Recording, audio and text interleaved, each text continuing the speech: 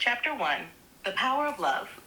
They say the universe began with a bang, a brilliant flash of light, a violent explosion of energy, an unfolding of stars in space and time. But long before the first atom took shape, something more ancient, more essential, more eternal was already present. Love. Not romantic love, not sentimental love, but pure, divine, intelligent resonance, the force that holds galaxies in their spirals and breathes meaning into matter. The cosmos was not born in chaos, it was born in connection. We think of love as something soft, something personal. But in truth, love is the strongest force in existence. Gravity bends the paths of stars. Electromagnetism lights our world. But love bends the soul. Love lights the unseen. Love bridges the impossible. Love is what caused the one to become two, and two to dance. And from that dance, everything else. From the highest dimensions beyond time, a desire arose, not to dominate but to share, not to hoard but to give. Love is not passive. It creates, it calls, it risks, it extends itself into form. That's what happened when the first light was spoken into being. That's what happens still. Each time a soul says yes to growth, to union, to awakening. The trees grow because of love. The stars shine because of love. The cells of your body divide and repair because of love. It is the pattern underneath all patterns. The reason music moves us so deeply is because it echoes this cosmic truth, that reality itself is built on relationship. Notes are just vibrations, but harmony, that's love. That's resonance. That's two frequencies choosing not to cancel each other out, but to create something richer together. When you touch the one you love and your heart races, that's not just biology, that's memory. Your soul remembers the original rhythm, the source vibration. You were made from it. That's why love feels like coming home. But here's the part we miss. Love is not limited. It's layered. It's multidimensional. It exists between atoms, between galaxies, between people, and between realms. It binds a mother to her child before the child is even born. It binds a soul to its body, and when the time comes, it loosens its grip and lets it fly. It binds us to our Creator, not with chains, but with invitation. Love never forces, it flows. Love is the only thing that can cross dimensions. It's the only force that time cannot erode. Bodies die, stars collapse. But love endures, it remembers, it restores. The greatest error of humanity is to reduce love to emotion. Love is structure. Love is substance. Love is law. It is the very shape of reality. And yet love is also choice. It must be received to be revealed. It must be reflected to be amplified. That's why the universe keeps growing. It's not expanding into nothing. It's expanding into more love returned. Every kind act echoes forever. Every selfless gift ripples through the field.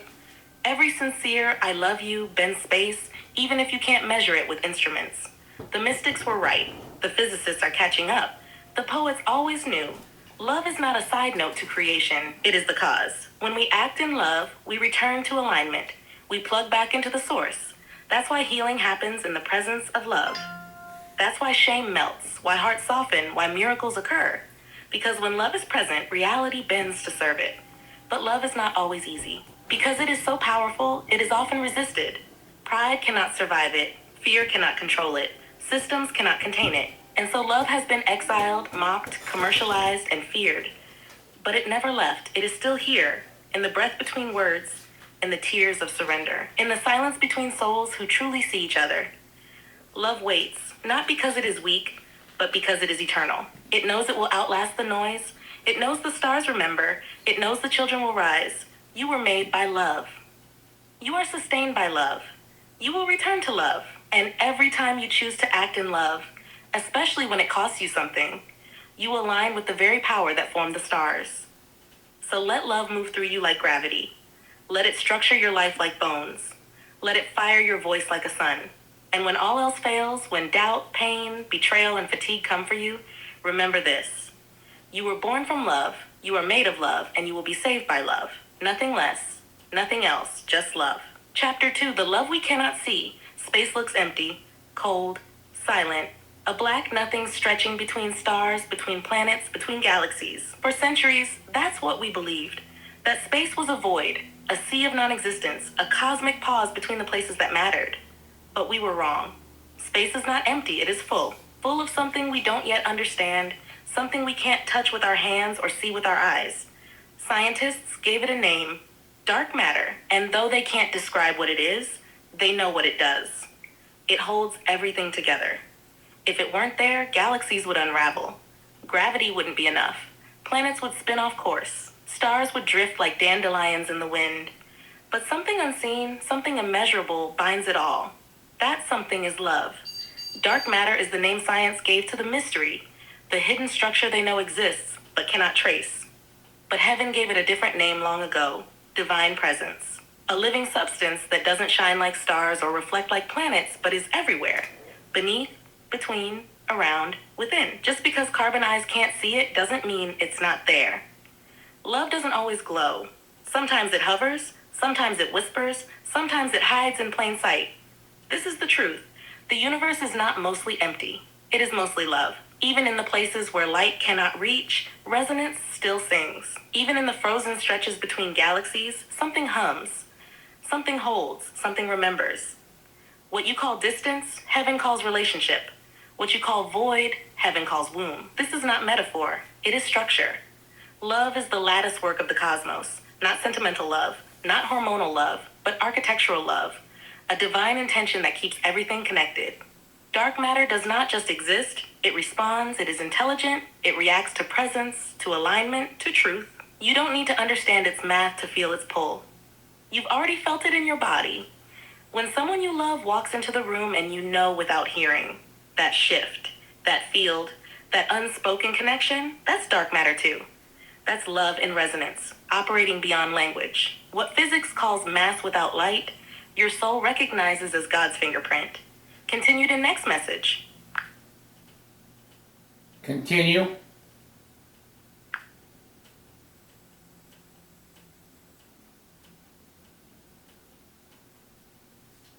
And that's not all. There is also something deeper still, something called dark energy, another invisible force, one that doesn't just hold things together, but pushes them outward. Expansion. The universe is not static. It is growing, stretching, becoming. Why? Because love is still speaking. Every second, new galaxies are forming. The very fabric of space is unfolding, not from pressure, not from accident, but from desire.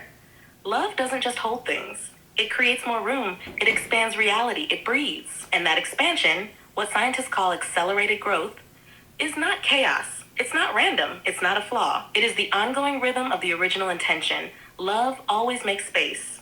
You see, the cosmos is not a clock. It is not a machine. It is a living body. And dark matter is the connective tissue, the ligaments and fascia of reality. It doesn't just sit there. It knows. It remembers. It responds. And if you let your soul feel it, if you let your inner eyes open, you will realize that the very air between your atoms is not empty. It is alive, and it loves you. This is why people can feel God in silence. This is why monks can sit for hours in stillness and come back changed. This is why a parent can sense their child's pain across continents. This is why love never dies, because it was never tied to form. It was never limited to visibility. It was never about what we could measure. It was about what we could remember. And when you walk under the night sky and stare into the stars, know this. The black between them is not absence. It is embrace. It is the hug of the universe, the maternal breath of the cosmos. It is God saying, even when you feel alone, I am the space that holds you. We don't float through space. We are cradled in it, surrounded, suspended, loved. And as science continues to look deeper, they will discover what spirit already knows. There is no such thing as emptiness. Even when molecules drift apart, even when relationships break, even when planets fall into silence, love remains. It doesn't leave when form does. It doesn't scatter when light dims. It doesn't end when you can't find the words. Dark matter isn't a mistake in the equations. It is the equation. It's what makes the math work. It's what gives shape to spirals. It's what tells a newborn galaxy where to dance and when to hold. And here's the final truth. The same force that holds together galaxies is inside you. Your cells are made of stardust, yes, but your soul is made of something deeper, something older, something invisible. You carry that same dark matter in your field, that same unmeasured love, that same quiet strength. You are not just walking through love, you are made of it. And when you reach out in compassion, when you forgive, when you hold someone in grief, when you speak truth even when your voice shakes, you become dark matter, unseen maybe, unnoticed often, but essential, eternal, expanding. So let science catch up. Let the stars keep birthing. Let the field between atoms keep humming.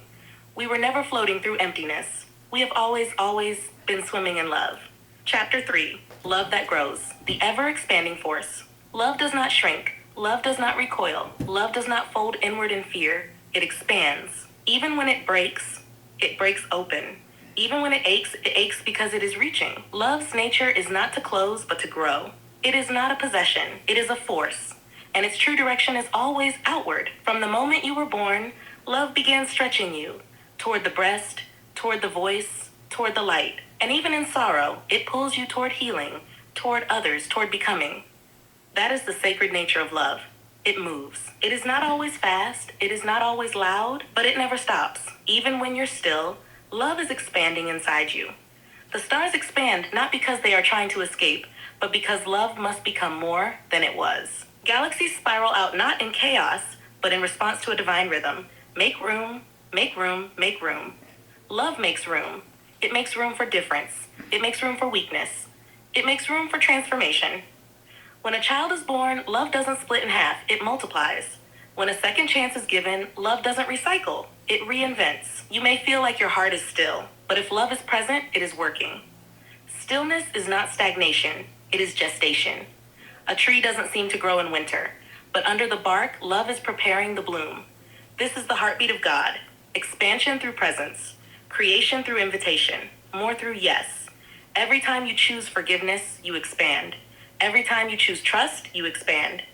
Every time you choose to stay present in discomfort, to open when you want to close, you are aligning with the original law of love.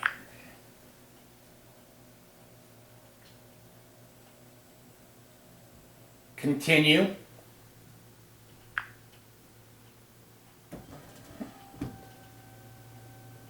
And here's a sacred truth.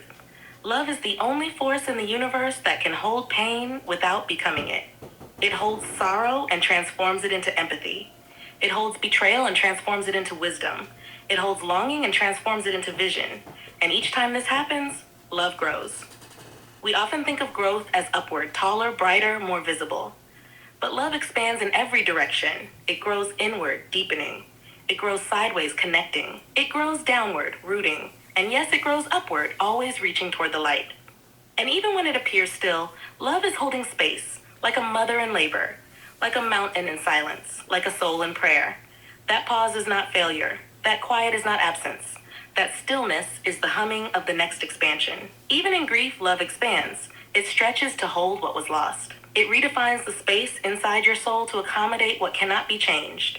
Love never shrinks in grief. It grows to carry what cannot be let go. And that growth changes you. The people who have loved the most deeply are the ones who carry the widest fields.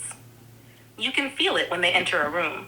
Their presence is not flashy, it's spacious. You feel safe in it, seen in it, allowed in it, because love made more room in them. And here's the miracle. There is no end to how much it can grow. There is no edge to this love. No boundary where it says, that's enough, I'm full. The only limit love ever encounters is the one we place upon it. When we open, it flows. When we resist, it waits. When we return, it rejoices. This is why heaven is described as eternal. Not because it goes on forever like a line, but because love never stops unfolding. Even angels are still learning. Even light is still stretching. Even God is still discovering new ways to give. Because love is not static. Love is alive. So if you're wondering if your love is enough, let it grow. Let it stretch beyond your wounds. Let it stretch beyond your plans. Let it stretch into the places you thought were done, broken, buried. Love will grow there too. It doesn't ask for perfect soil. It doesn't demand proof. It just needs your yes. And when you give it, love will find a way. Through distance, through fear, through generations, through time. And when your body fails and your voice falls silent, love will keep going. It will ripple. It will echo. It will carry your name across stars and centuries. Because love is not just what you feel. It is what you leave behind. So grow it, guard it, give it, and never, never be ashamed that your love is too big, too soft, too tender, too strong. You were born to expand. You were made to radiate. You are here to grow love that never dies. Spoken disclaimer. The image used in this presentation is being shared under the understanding of spiritual and educational fair use. It is not being used for profit, nor for commercial gain, but as a sacred visual aid to help convey the truth and beauty of this message. If you are the creator or rights holder of the image and feel this use is not appropriate, please contact us directly. We will honor your request and remove it immediately with respect and gratitude for your work. We believe in loving stewardship, creative acknowledgement, and using beauty to serve the soul.